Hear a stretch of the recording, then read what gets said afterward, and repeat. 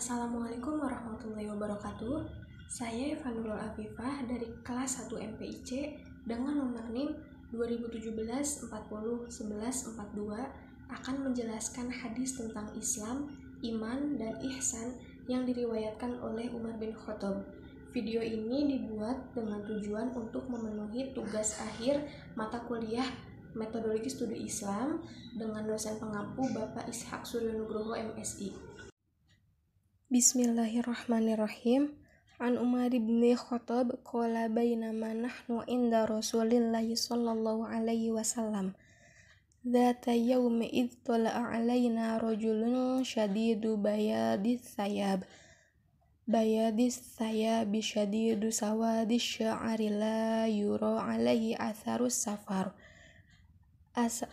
safari wala ya'rifuhu minna ahadun hatta jalasa ilan nabi sallallahu alaihi wasallam fa asnada rukbatayhi ila rukbatayhi wa wada'a kaffayhi ala fakhidayhi wa qala ya Muhammad ukhbirni al-islami faqala Rasulullah sallallahu alaihi wasallam al-islamu an tashhada an la ilaha illallah wa anna muhammadar rasulullah sallallahu alaihi wasallam wa tuqimas sholata wa tu'tiyaz zakata wa tasuma ramadhana wa tahujjal bait istata'ta ilaihi sabila qala sadaqta qala fa'ajibna lahu yas'aluhu wa yusaddiquhu qala fa akhbirni al-imani qala an tu'mina billahi wa malaikatihi wa kutubihi wa rusulihi wal yaumil akhiri wa tu'mina bil qadari khairihi wa syarrihi qala sadaqta qala fa akhbirni al-ihsani qala an ta'budallaha ka'annaka tarahu fa in lam takun tarahu fa fa innahu yaraka qala fa akhbirni as-sa'ah qala mal mas'ulu anha bi'a'lama bis-sa'ili qala fa akhbirni an amaratiha qala an talidal ummatu rabbataha wa antarul hufatal uratal alah ri'a asya'iyata tawaluna fil bunyani qala summa talaqu falabithtu maliya summa qala liya Umar atadri masailu qultullahu wa rasuluh a'lamu qala fa innahu Jibrilu atakum yu'allimukum dinukum, yang artinya Umar bin Khattab radhiyallahu anhu berkata, suatu ketika kami para sahabat duduk di dekat Rasulullah sallallahu alaihi wasallam, tiba-tiba muncul kepada kami seorang lelaki mengenakan pakaian yang sangat putih dan rambutnya amat hitam. Tak terlihat padanya tanda-tanda bekas perjalanan, dan tak ada seorang pun di antara kami yang mengenalnya. Ia segera duduk di hadapan Nabi, lalu lututnya disandarkan kepada lutut Nabi dan meletakkan kedua tangannya di atas kedua paha Nabi. Kemudian ia berkata, "Hai Muhammad, beritahukan kepadaku tentang Islam." Rasulullah SAW menjawab, Islam adalah engkau bersaksi tidak ada yang berhak diibadahi dengan benar melainkan hanya Allah, dan sesungguhnya Muhammad adalah Rasul Allah. Menegakkan sholat, menunaikan zakat, berpuasa di bulan Ramadan, dan engkau menunaikan haji ke Baitullah jika engkau telah mampu melakukannya. Lelaki itu berkata, engkau benar. Maka kami heran. Ia yang bertanya, ia pula yang membenarkannya. Kemudian ia bertanya lagi, beritahukan kepadaku tentang iman. Nabi menjawab, iman adalah engkau beriman kepada Allah, malaikatnya, kitab-kitabnya, para rasulnya, hari akhir, dan beriman kepada takdir Allah yang baik dan yang buruk. Ia berkata, engkau benar. Dia bertanya lagi, beritahukan kepadaku tentang ihsan. Nabi Muhammad SAW menjawab, hendaklah engkau beribadah kepada Allah seakan-akan engkau melihatnya. Kalaupun engkau tidak melihatnya, sesungguhnya Dia melihatmu. Lelaki itu berkata lagi, beritahukan kepadaku kapan terjadi kiamat. Nabi menjawab, yang ditanya tidaklah lebih tahu daripada yang bertanya. Dia pun bertanya lagi, beritahukan kepadaku tentang tanda-tandanya.